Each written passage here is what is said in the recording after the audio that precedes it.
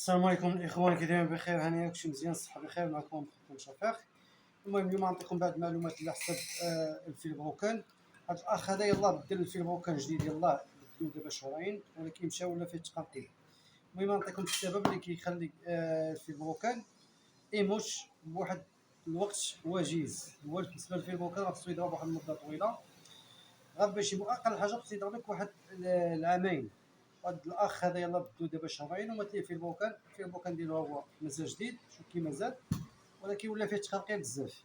المهم الاسباب اللي كتخلي في البوكان سميتو باش يموت بواحد السرعه هي المشكل ديال الزيت.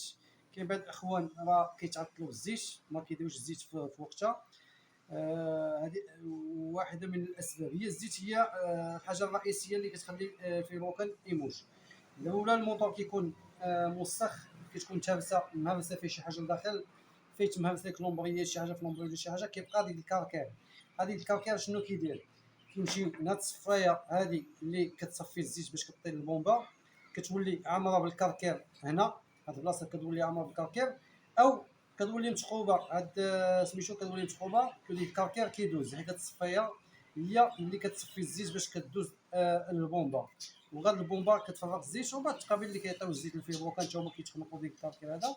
المهم اهم حاجه هي هاد الصفايه هادي خصكم ديما نقول تنقيوها، ونطفو بنفس القضيه بلاصه الكروب. الا تحلوا لومبرياج تسميتو اللي تحلوا لومبرياج بغيتو تبدلوا الدياسك ولا شي حاجه، هادي اما بدلوها الا لقيتوها متقوبه ولا فيها كركير بزاف، سميتو خصكم تغسلوها مزيان ورجعوها لبلاصتها. هذه راه كتكون في الجهه ديال لومبرياج، هذه كنهضر على 600 96 وزيد وزيد.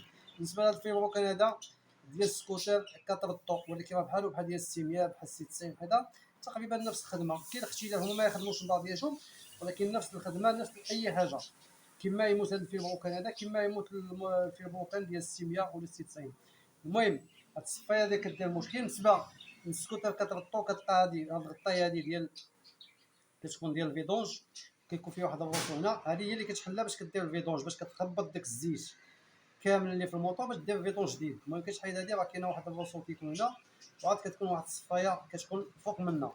هذيك الصفايه الاغلبيه كنحلو حنا في السكوترات كنلقاو ما كايناش. هاد الاخوان دابا اللي كيحلها باش يدير فيدونج كيلقاها الروسو هنا، ديك الصفايه كطيح عليه في ديك البلاصه فين كيخوي الزيت، وكتمشي ليه مع الزيت وكيرجع هذه. ولكن هذيك راه الدور عندها دور كبير، هي اللي كتشد الكركير كامل، ما كيخليش تمشي للبومبا. وتا ديك البومبا ديال سميتو البومبا ديال الزيت حتى هي راه كيدخل لها الكاكي ولا شي حاجه كتسد، ولكن ما بقات كريسي لك حتى شي حاجه. ممكن يمشي لك بيستول، ممكن يمشي فيه الروكان وبزاف ديال الحوايج. المهم هذا هو السبب الرئيسي، هو ديك الوسخ اللي كيكون في الكروب اللي كيسد هنا ولا كيسد التقابي ديال الزيت، حيت في الروكان ما كيوصلوش الزيت. داكشي علاش يموت في الروكان. هو احسن حاجه الاخوان اللي ما كيحاش شي حاجه وكيتعطل الزيت شويه وتلاقي شي الزيت ديالك مسخه، قبل ما تصايب الفيدونج حاول دير واحد السيترو ديال ليسونس، تحيد ديك الزيت القديمه ورجع الغطايه ديال سد بلاص الزيت من التحت، وخلي واحد نص سيترو ديال ليسونس، وخلي الموطور يدور واحد 30 ثانيه ولا 50 ثانيه. ديري اماش ولا ما ديري اماش، خليه غير يضرب مانيفيل ولا البوطون باش تضرب الماكينه باش داكشي كامل داكشي ديال السطا وداكشي ديال الكاركير اللي كيكون كيهبط. ومن بعد عاد دير الزيت ديالك وشلل القرب ورجع. المهم هذه المساله هذه كنستعملها انا. المهم الاسباب الرئيسيه اللي كيموت في البروكان هو ما كيوصلوش الزيت، والزيت الكاركير هو اللي كيخليه ما يوصلش في البروكان. والسلام عليكم، الله يسخر. وكان معكم خوكم شفيق، وما نساوش المشاركه في القناه.